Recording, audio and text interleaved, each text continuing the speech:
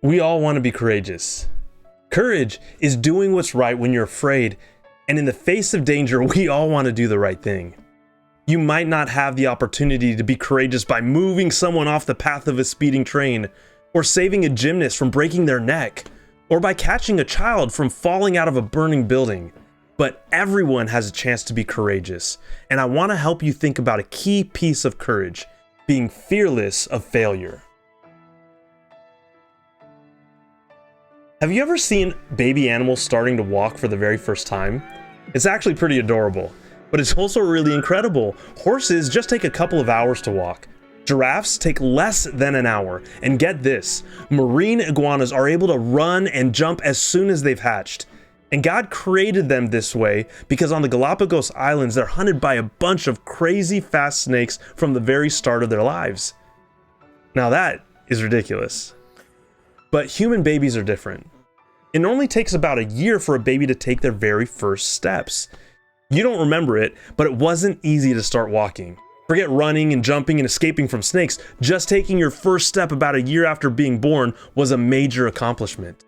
And there's a whole phase of learning to walk with lots of falling. We call it being a toddler.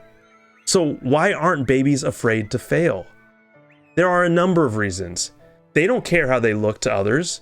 They don't worry about how many times they're going to fall. They don't stress out about how other kids are running around before them or anything like that. Babies don't even think of failure. They're just focused on learning to walk. They try, they fall, they try again. And when it comes to walking, babies are fearless of failure. And being fearless of failure is not letting the fear of messing up hold you back. What about you? Are you ever afraid of failing? Sometimes the thought of not being able to do what you want to do can create a lot of fear inside of you. Have you ever thought, I can't do that. I don't know how to do it. Or what would people think if I mess up?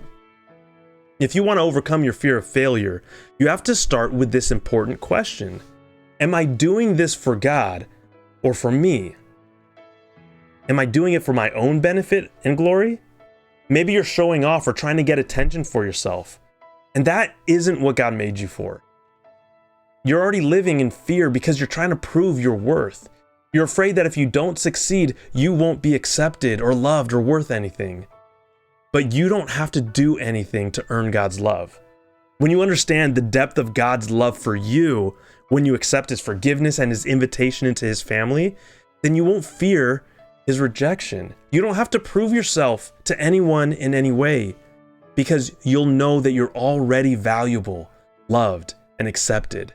1 John 4:18 says, there is no fear in love. Perfect love drives out all fear. So then, love has not been made perfect in anyone who's afraid. So now let's say that you're doing this for God. You know that it's a good thing to do.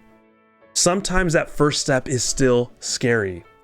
When you're afraid to obey God, you have an opportunity to walk in faith. When God told the Israelites to go into the promised land, He told them, be strong and courageous. Don't fear or tremble before them, because the Lord your God will be the one who keeps on walking with you.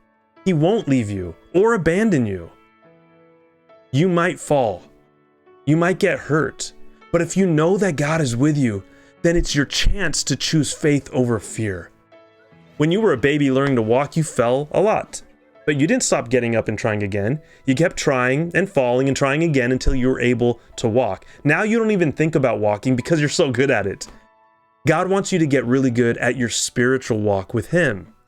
God has great things planned for you, but you have to be willing to try even if you feel like you might fail. There was a time that Peter took a courageous step of faith. The disciples were in a boat in the middle of the night with a terrible storm, so bad that they thought they were all going to die.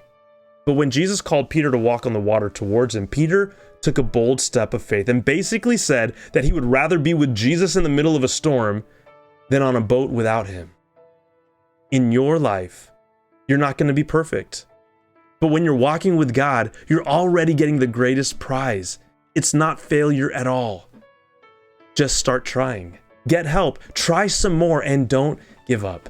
And remember, keep fueling yourself with God's love and truth.